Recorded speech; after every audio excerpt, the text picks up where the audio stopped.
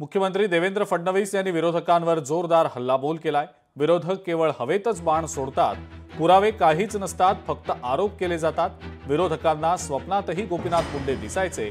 दाऊदला आव्हान देण्याचं काम मुंडेंनी केलं, असंही मुख्यमंत्री म्हणाले।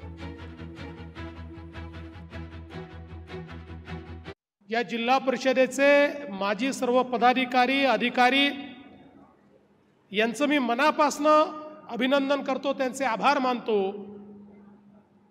की या जिल्हा परिषदेच्या आवारामध्ये लोकनेते गोपीनाथराव मुंडेजी यांचा पूर्णाकृती पुतळा स्थापित झाला आणि माझं भाग्य समजतो की त्याचं उद्घाटन करण्याची संधी ही मला या ठिकाणी प्राप्त झाली, म्हणून खरोखर मनापासून आभार व्यक्त करतो। एक एक राजकारणाच्या गुन्हेगारीकरणाच्या विरुद्ध एक एक विषय जो गोपीनाथरावजींनी मांडला आणि विषय मांडत असताना अलीकडच्या काळामध्ये लोक हवेत बार सोडतात, पुरावे काहीच नसतात, बोलून निघून जातात, दुसऱ्या दिवशी वेगळं बोलतात, अनेक वेळा मीडियाही त्यांना विचारत नाही।